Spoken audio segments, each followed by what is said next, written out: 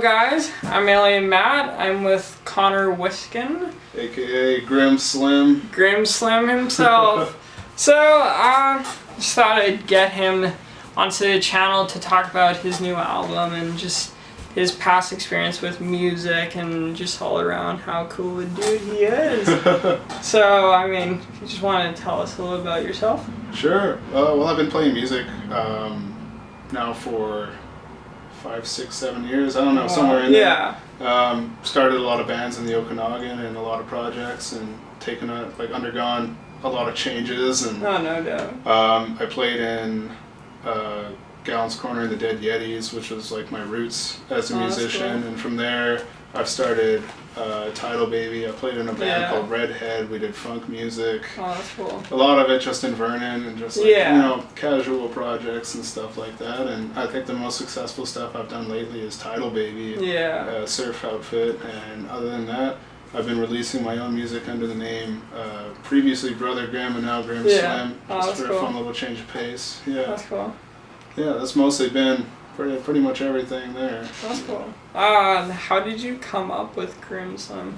I've always been drawn to like dark imagery and like kind of like, I don't know, spooky ideas and stuff. Like, that's cool. See it in like the tattoos that I've got. It kind of all revolves around, thematically a lot of my stuff revolves around death and religion and just kind of like almost gothic topics. Really, at the end of the day, and so the imagery just kind of fit Western Gothic stuff.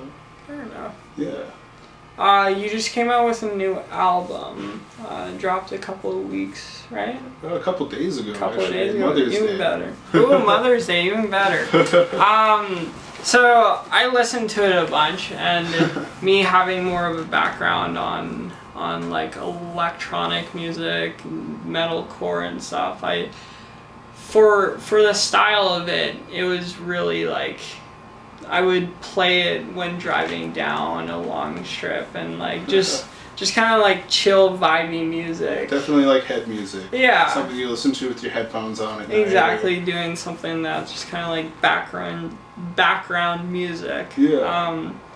If you could define the genre of that album, how would you do it? I guess really the best way to put it's like singer-songwriter. Okay. I mean, the approach that I took on it was just acoustic, bare bones, vocal and guitar. And there's some standout tracks on it that are a little different. It's kind of a matchup between singer-songwriter, acoustic folk stuff, and almost like not ambient soundscapes, but like soundtrack music almost. Like just like putting a feeling across with a pastiche of sounds and stuff like that. Yeah. That's cool.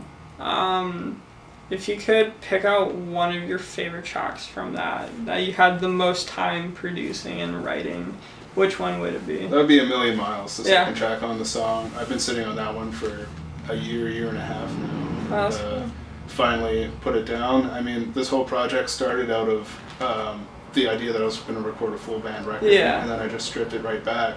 So the record's called Reflections of Death, Phase 1, and that was initially just going to be an EP, and I was going to put out the songs that I've been working on acoustically and then do a full band album later and call it Reflections of Death Phase 2. But it kind of just got away from me and turned into a whole album before I was done with it, so whatever happens next, maybe some of the songs will see the light under a full band, and I know I'm going to play shows with the full band, so you can hear the songs with that'd be cool. The full kit. That'd be definitely cool.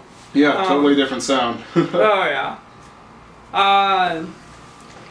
Going back to your past experience with music wise, and since you've had a couple years on your belt, if you could choose one of your favorite moments of performing. Oh man, it's been a lot of years doing it and a lot of great shows. I'm going to put out the songs that I've been working on acoustically and then do a full band album later and call it Reflections of Death Phase 2. But it kind of just got away from me and turned into a whole album before I was done with it, so whatever happens next, maybe some of the songs will see the light under a full band, and I know I'm going to play shows with the full band, so you can hear the songs with that'd be cool. The full kit. That'd be definitely cool. Yeah, totally different sound. going back to your past like experience with music wise, and since you've had a couple years on your belt, if you could choose one of your favorite moments of performing. Oh man, it's been a lot of years doing it and a lot of great shows. Some of the shows I've had at Record City in Vernon, just having the responses with crowds, a lot of house parties I've played have always been fantastic. It's just really wherever anybody's into it. I think the most not interesting, but the most overwhelming performance I've ever had was my band at the time, the Dead Yetis, was asked to play Canada Day, I think 2014, 2015 in Kelowna. Right on the beach, right on the lakefront. Cool. I think I saw a couple thousand people walk through as we were playing, and handfuls of people coming and watching for several songs. Yeah, it was a really cool moment, like to play for such a large crowd. Yeah. If you've done any traveling in those years, what is your favorite moment?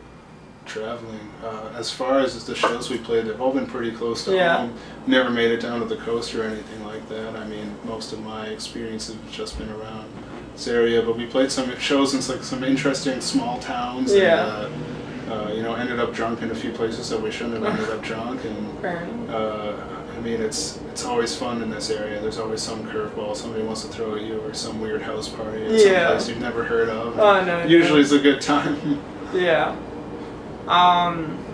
Do you have any big plans for the rest of 2017? Well, I've already been working on another record. Oh, that's cool.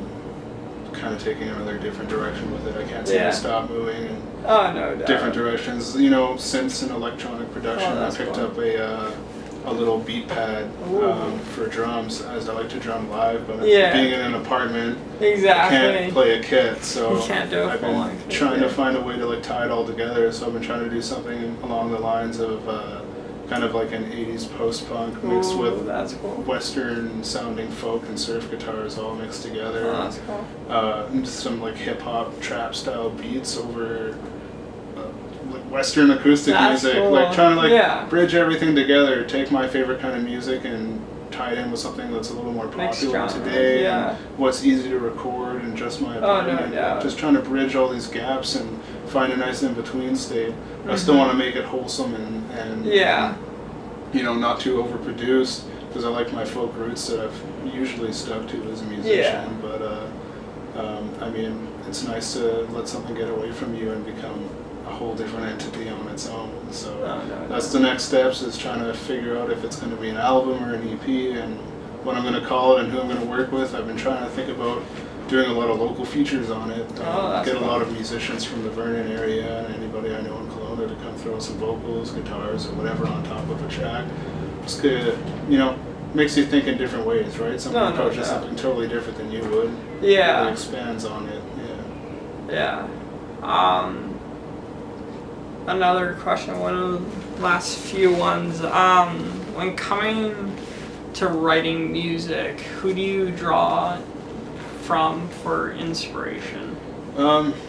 It's always a tricky one because I bounce around a lot, but I mean, Leonard Cohen and Tom Waits have always been two musicians that initially I'd been compared to a lot, whether or not I had listened to them. Yeah. I mean, a lot of my earlier style I sang with like a deep raspy voice. Oh, that's cool. And it's just, the kind of comparisons people drew, and they became artists that I listened to a lot, and more as time went on, just a lot of, pretty much a lot of old folk rock music from the 60s and 70s. I mean, the Beatles, the Byrds, Bob Dylan have all played a huge influence on me. But equally so, modern acts, like when I was in high school, all I listened to was Cage the Elephant and the Black Keys. Oh, cool. And from them, I found more artists and kept going underground and listened to a lot of like Canadiana and a lot of indie rock and stuff like that, I guess you'd call it, and local bands whenever I can. For the most part, it's just been just a big melting pot of whoever ends up on my playlists. It's hard to define any singular identities, but you can kind of pick them out track by track. Oh, no doubt. You'll listen to a song and you'll say, hey, like I can hear a bit of this on no doubt. All thematically it's all pretty similar sounding, but he'll be able to hear where my influence is pretty boldly. No. Yeah. Thanks for telling us everything about your past, or most of your past, and the record, and I'm excited to see where it goes and where it gets played and who listens to it, and just wherever you go this year.